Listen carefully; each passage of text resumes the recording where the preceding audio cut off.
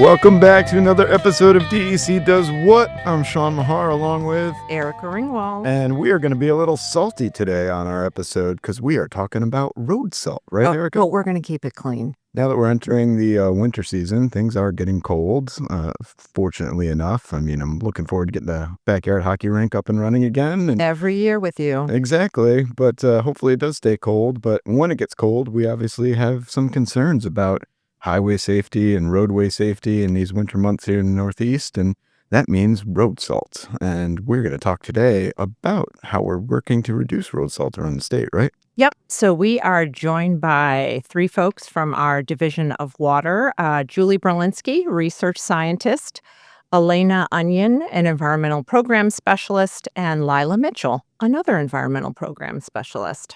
Welcome to the show, ladies. Yeah, thanks. Thank you. Yes. So, road salt. We obviously care deeply about this, obviously from the safety aspects, but also the environmental impacts of road salt. And we had a road salt reduction task force that was stood up here in the state. Why are we so focused on road salt reduction, and what are the big issues that are impacting it right now? Yeah, I'm happy to answer that. This is Alene. So salt has physical, ecological, and human health impacts in New York State's surface, rivers, streams, and groundwater. So, for example, a human health impact is that elevated sodium is a risk for people with low sodium dietary restrictions. An ecological example is that elevated chloride can decrease biological productivity, and at high concentrations can result in direct mortality of the aquatic organisms. And then a physical example is that elevated salt concentrations affect how waters mix, which can have consequences for fish health and increased nutrient loading, particularly in our ponded waters, our lakes. All right, so recognizing all those impacts, how are we working with the Department of Transportation then to balance that sort of need for road safety and then also the need to mitigate some of these potential impacts on the environment that we see? I could speak on that a little bit. We've been working with the Department of Transportation, specifically kind of started working together on this in the Adirondack Road Salt Task Force. So we were coordinating with one another to come up with recommendations for road salt reduction. So they've been working a lot on pilot programs, things like that. So we've been working on some of the recommendations from that report together. Because I think it was recognized from the start that, yes, this has, as I mentioned, the human health, ecological, and physical impacts, but we also definitely have a priority for health and human safety of the drivers on the road. And I think everyone recognizes that balance that we have to meet. So why do we start in the Adirondacks? Yeah, so I think the Adirondacks were really ahead of the curve to begin with in terms of road salt reduction. They're experiencing longer snow and ice seasons as a region, and they're inherently quite environmentally conscious. I think that just comes as part of living in the Adirondack Park. Something else we've noticed is that since they're proximal to other New England states like Vermont and New Hampshire, who have really model programs for road salt reduction, there's that opportunity for information transfer. So it's not to say that other areas of the state, aren't aware that salt is an issue. There's certainly many regions that are conscious of this, but I think the conditions in the Adirondacks were really good to kick off the concept. So what were some of the key findings that we found through this task force process, and what are we working to implement now specifically? So you asked about the findings of the task force. So one thing I would like to highlight is that multiple academic and government studies, including work completed by the Division of Water, in the past 10 years have observed increasing sodium and chloride trends in New York State waters, both within and outside the Adirondack Park. And these trends are consistent with conditions observed across the region and have driven this rising concern. Yes, so we collaborated with our colleagues in the Department of Health to synthesize the data that we have in understanding the impacts that we're seeing in New York State. And one point that I think is really important to highlight is that we are seeing these rising conditions in the Adirondacks, but we're also seeing them statewide. So the efforts that we're working on to address the Adirondack Park will have a benefit statewide, and I think that's really important to emphasize. Another important point to emphasize about our current conditions regarding road salt is that although we do see increasing trends, concentrations are generally well below thresholds of concern. And so the percentage of lakes and streams and ponds and groundwater that are affected by road salt are in the single-digit percentiles in the Adirondack part. And in fact, the frequency of those exceedances are even fewer in the Adirondack part compared to the rest of the state. So we're early on this issue, but a sneaky thing about salt is that once it's in the landscape, it stays in the landscape. So even if we stopped using it right now, the salt would continue to leach into our water supplies. And so it's really important that we be proactive. So I guess just in terms of recommendations from the task force, what we came up with was implementing best management practices. A couple examples of that are using more efficient plow blades. They scrape closer to the road. There's a bit of a contour there. So you can really get that ice off of the surface. And another is use of brine, right? Direct application of brine to a roadway is more effective than like the bounce and scatter of salt. Another recommendation was providing municipal training programs for snow and ice removal. So giving, these municipalities an opportunity to learn how to do this properly so that safety is maintained, but we're also reducing road salt. A big part that Leila and I have been working on is providing funding to incentivize implementation. We wanted to focus on education and outreach also, which has been a pretty good-sized undertaking from DEC. And then Department of Transportation actually completed some pilot programs looking at the efficacy of some of these best management practices. And they looked really nice. So putting our money where our mouth is and really helping to finance and drive the changes that we need to see in these practices across the state, which is great. So I know we've got a campaign underway, Don't Be Salty New York. Can you talk to me a little bit about that? Yeah, so we're really excited about our outreach campaign for the salt reduction. Watch for DEC's campaign called Don't Be Salty, New York. Use less rock salt, protect our water, that will be launched later this month.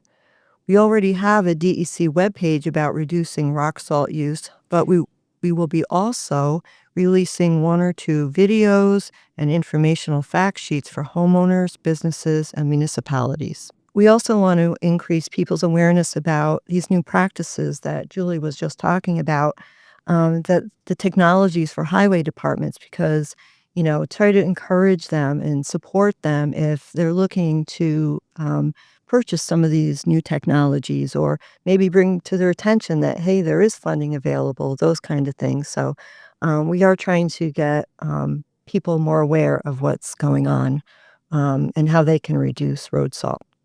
So what are some of the practices that we are encouraging the public homeowners to do? So what they can do is exactly that, just reduce, use less, but do it in an effective way. If folks know a storm is coming, if the forecast is pretty accurate, they can apply the rock salt before the storm, not after, so it's already applied. But if you don't get that chance to prepare before the storm, you should shovel first. Get up what you can. Do that first, and then you might be able to put down less salt because you've already gotten a lot of it up. And then consider the amount actually needed to melt the ice. So here's a guideline for folks to use. A 12-ounce coffee mug should be enough to salt for a 20-foot driveway or 10 sidewalks square, so about 250 square feet. And then also consider the temperature, because rock salt is most effective at 15 degrees Fahrenheit or above. In no way are we suggesting that people not salt and use it. We want folks to be safe. It does work. But the correct amounts and the appropriate use will maximize the effectiveness and minimize environmental impacts from the overuse. And then, of course, beyond their own backyards, again, as I just said, people might encourage their own local officials and highway departments to also look into some of the new technologies and practices that will help reduce the amount of salt needed to make roads safe for driving. The awards for the Water Quality Improvement Project program were just announced, and $15 million was awarded to implement proper salt storage and road salt reduction best management practices. Yeah, so we recently announced our awards for our grant programs for the Water Quality Improvement Project program, known as WQIP here. And this funded best management practices like more efficient plow blades, sometimes called segmented blades or live edge plows. And these scrape really close to the road surface, getting a lot of that ice and everything out of the way, regardless of salt usage. Another thing that we've been recommending is the use of brine. So our grant program actually funded brine making equipment, brine storage tanks, truck-mounted brine applicators. And brine is really excellent at, reducing ice on the roadway, reducing snow on the roadway. And it's best if applied prior to a storm because the brine's actually reactivated by the precipitation. Whereas, application of traditional rock salt, sure, you've driven behind a plow at some point. Yes, all have. Everything bouncing pretty much off the road. So we found that's more effective. We've also been funding equipment to track the application of these materials. It's good to get an idea of how much of a de-icer you're putting on the road. What are the weather conditions? What is the temperature of the roadway? And a lot of these public works, highway departments are, looking at those things and taking all of that into account, which is great. I have to say that ever since I got involved in this project and I see brine being applied on the road in a town that I'm driving through, I'm super excited for that town. Yeah. I bet. So I have to ask, though, when we're coordinating with DOT and the transportation colleagues of the world, do they let you go in the plow trucks, and are you driving around with them to really see firsthand what it's like on the road? Sure loves the field trip. And it's my boyhood dream to be up there driving around and seeing this live and in person. But do they allow you to come on the trucks with you? I haven't asked. No. That's a great. Yeah, we had to ask. Yeah, we've worked with them pretty closely on these grants, so maybe they owe us. Well, if you go, sign me up, because that's been my boyhood dream to hang out in the plow truck. So bringing it back to the personal level and a homeowner. So I'm a homeowner. I go into my local hardware store, and there are all these sorts of products out there, from rock salt and sodium chloride to calcium chloride. Are they all generally the same? Does one have a greater impact over another from a runoff issue that we're concerned about? Or sort of what are the different products out there, and how do we work to minimize all those impacts? So I think for a homeowner perspective, there are so many different types of de-icers out there, each having their own pros and cons. Sometimes it's the temperature it should be applied at. Some are better, at colder temperatures. I think in terms of what we're recommending folks, we're not asking, you don't have to spend a ton of money on a new de-icer or making your own brine or something like that. As Leila said, it's just as simple as using less. So that's what we've been recommending. But certainly if people are willing, to look into the potential impacts, it's always worth considering.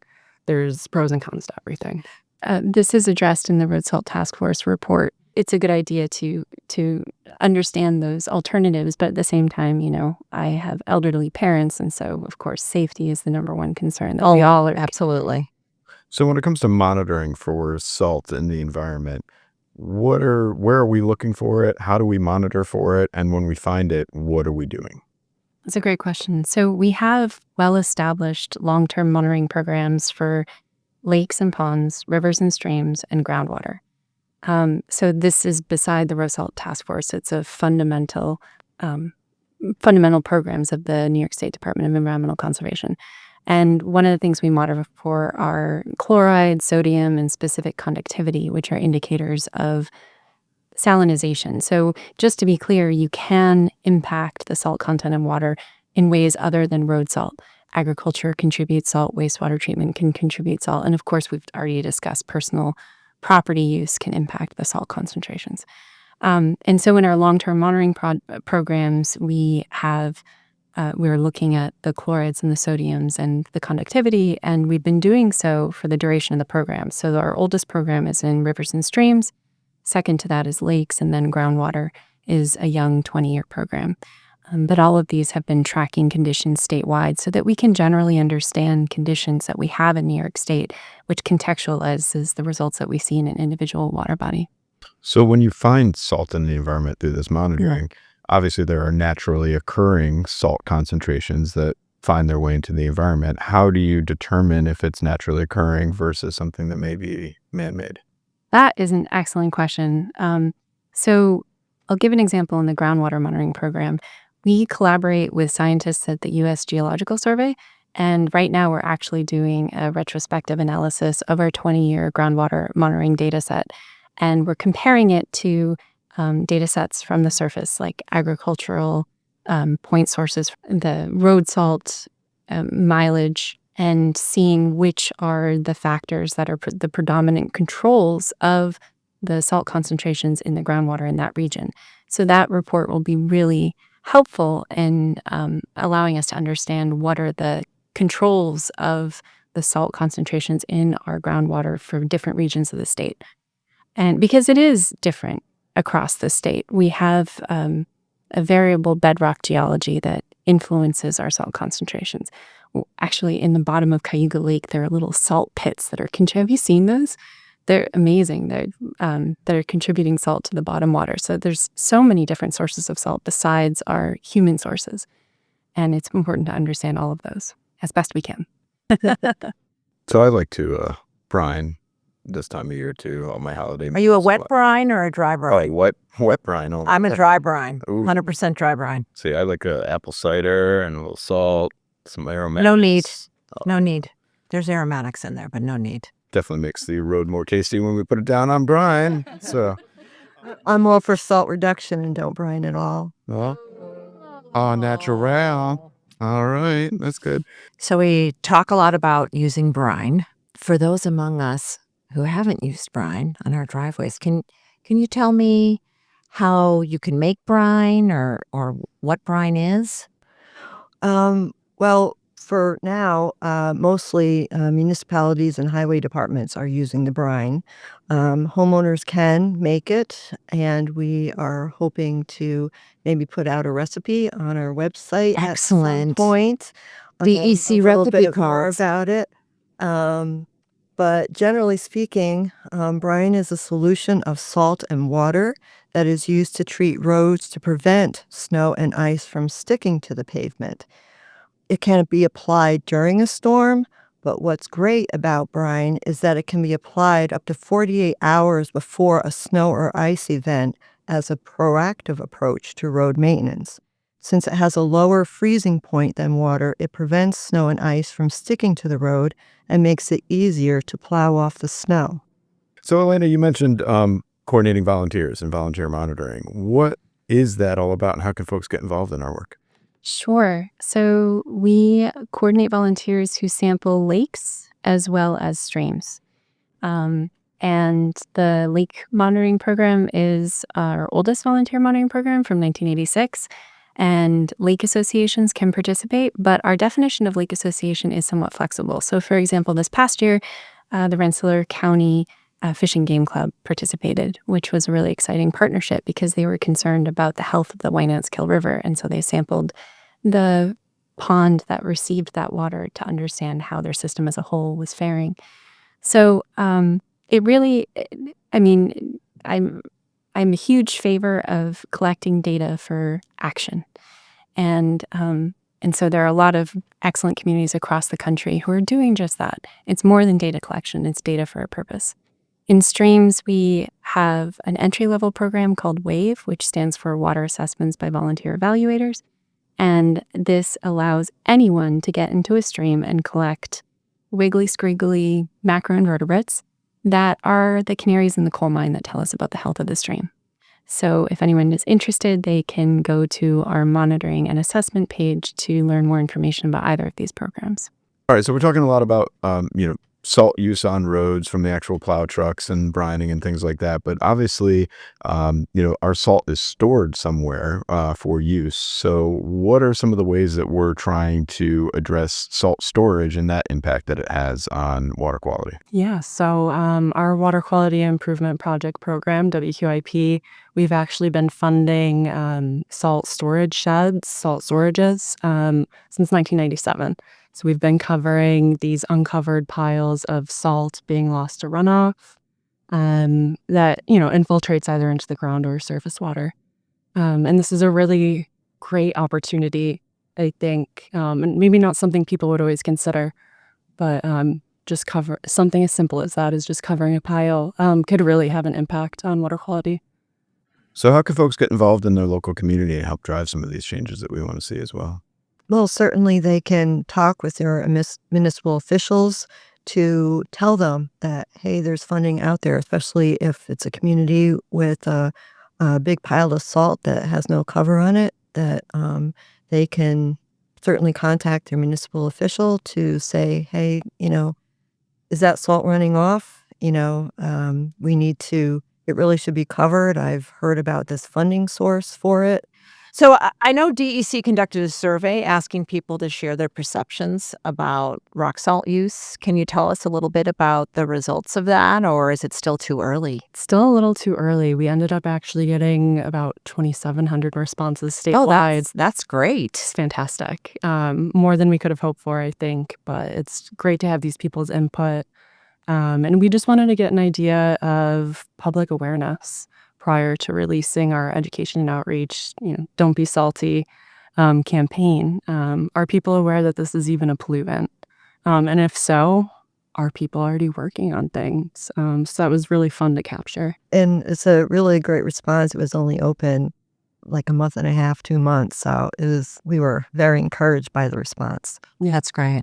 Well, I'm encouraged to hear more about what you learned from those responses and really watching this Don't Be Salty New York campaign get off the ground, and look forward to some of the creative media that I think we're going to be putting together on that. Some cool videos will be up on our website, YouTube pages. Definitely check it out.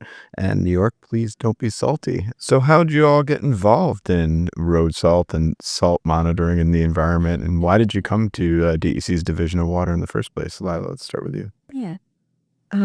Well, I got to DEC I didn't start as a scientist as Julie and Alene did, but I came in, I have a business background in marketing, and I started in the Division of Water as an administrative aide, but then I took some civil service tests and moved over to environmental specialist career track, and started doing outreach and education and working with stakeholders on new programs that the Division of Water was doing. And so I got involved and learned a lot that way. And I say I've become sort of more of a scientist through, osmosis, through just working with all the scientists. So I'm really glad I landed at DEC when I did a long time ago. Yeah. I think the plan was always to end up at DEC. It took a bit of a roundabout way getting there. My educational background is in geography and aquatic ecology, so it always kind of made sense. But I actually started out with the state working for the Department of Agriculture and Markets. I was an assistant horticulture inspector for 4 or 5 years. Took another job with them out here in their Division of Land and Water, and then eventually made the move over to DEC in 2019. So you always wanted to be here. What is sort of the story behind that? Yeah, I think my mother really instilled a lot of outdoorsy type things in my sister and I. We were always tent camping or gardening, just chronically outside. Yep. So I think, seeing now that I ended up in an environmental field, my sister graduated with a degree in aquatic biology. It was a little bit of nature and nurture. We were always interested in it, but I think, we had a nice push in that direction, or we had an opportunity to actually experience that, which was incredible. How about you? Sure. So I have degrees in education and ecology, And my interest was initially was either academia or to be an environmental educator. And I think I've actually ended up at the perfect sweet spot because I coordinate volunteer monitoring for the state of New York. And so I really like this nexus between applied ecology and social science. But how I got involved in the SELT task force is that AJ asked for my support in analyzing the data that was used for the SELT task force. And I do have to tell you that my kids still to this day joke that I should get a cape for being part of the road salt task force. Awesome. I will be glad to bestow one upon you. AJ, for those unfamiliar with DEC's Division of Water, is the assistant director of the Division of Water. Yeah. AJ pulled me into the road salt task force too, to help make sure that all the task force members were engaging and really, unpacking the data that we were presenting and coming up with these recommendations. And kudos, we appreciate the back end support that you provided to really help us really look at this comprehensively and then inform what we produced in the task force report, which was pretty awesome. And I do encourage you to check out dec.ny.gov for a copy of it. And ladies, we'll let you get back to all our salt education work and monitoring that we're doing. Great to have you on the show today. And thanks for all your hard work on helping to make New York a cleaner environment and a safer environment out there. Yeah, thank you. Yeah, thanks for having me. Thanks for having us. Yes. Well, listeners, Happy New Year. What an awesome episode with Alene, Leila, and Julie talking road salt reduction. I learned some new things. What about you, Erica? I did too. And I definitely have to give a shout out because I did some traveling over the holiday season. And thanks to our colleagues at DOT for really keeping our roadways safe. Spent a lot of time traveling the state and, really appreciate all they're doing to promote public safety, but also to work with us to reduce road salt in the environment. But Erica, ice is not the only thing on roads this time of year. Do you know where else we're focusing on ice? On rivers, lakes, and streams, Sean. That's right. Why don't you tell our listeners what we're talking about for ice fishing safety this year? So we're encouraging ice anglers to be safe when they venture out onto the ice this season, especially given the recent variations in weather. It's super cold and then it's not. You need to have a long period of cold temperatures to ensure the ice is safe. So outdoor enthusiasts who are considering ice fishing this season should always be aware of essential safety guidelines. Make sure the ice is thick enough before heading out. 4 inches is sort of the guideline of 4 inches of solid, clear ice. That's usually safe for anglers who are accessing the ice on foot. However, be aware, ice thickness can vary between water bodies and even in the same water body. So that really increases the need to be vigilant and ensure ice thickness to be safe. But ice fishing is fun when done appropriately and safely. So definitely check out those tips and get out there and experience fishing in the wintertime. It is some of the best fishing in New York State that we have to offer. And it's an amazing time to be out in wintertime. Stay on the ice, don't get in it. Exactly. And speaking of not getting in it or not getting it on your floors or putting it in the wrong places, this time of year, always want to start off the new year, do some housework and house cleaning. And I found that I had a bunch of unused paint around my house. And Erica, I think you're going to tell us about a program where people can take that unused paint. That's right. New York State has a program where you can drop off unused paint for reuse and recycling. Just visit paintcare.org. That's www.paintcare.org to see a list of drop-off locations and find one near you. Yeah, well, I guess I know what I'm going to do this weekend, Erica, and check out paintcare.org and take some of this unused paint I found in my house to have it disposed of properly. Great idea. So I usually keep a little bit of unused paint around, for those scuffs and dings that often happen when you have children living with you. Oh, definitely. Found plenty of those. But then I also found the old colors that are no longer in our house. So it's time to properly dispose of that paint. And thanks for letting us know where folks can do that. So obviously, Erica, getting outside wintertime, we talked about ice fishing safety, but it is an amazing time to be out in New York State with all the snow that's on the ground. And really, we had some amazing first day hikes that many folks participated in around the state. But always, when folks are looking to, get outside this wintertime, what are some of the tips we remind them to do? Sure, winter is a great time to get outside and start the year off. Cross-country skiing, snowshoeing, and hiking are all great activities.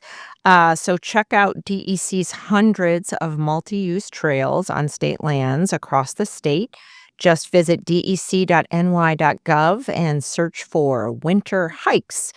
And if you're planning a winter hike, make sure you're doing it safely and responsibly and check out the tips for winter hiking. Definitely. I'm looking forward to getting out myself more this winter season, both to get out on the lakes and do some ice fishing myself, but get the snowshoes out and hit these trails. So definitely check out dec.ny.gov for all those great options. And obviously keep emailing us at contact@dec.ny.gov. Let us know more of what you want to hear about on this show. And Erica, obviously, what can everyone do? Get outside. DEC Does What? Is a production of DEC's Division of Communication, Education, and Engagement. Our theme music is an original composition by Mike Menza, wildlife technician with DEC's Division of Fish and Wildlife. Like what you heard on this episode? Please leave a review and share this episode with others. Want to learn more about DEC's wide-ranging efforts to protect New Yorkers and the environment? Visit dec.ny.gov or connect with us on social media. You can find us using @NYSDEC. For more information on DEC Does What, visit dec.ny.gov/podcast.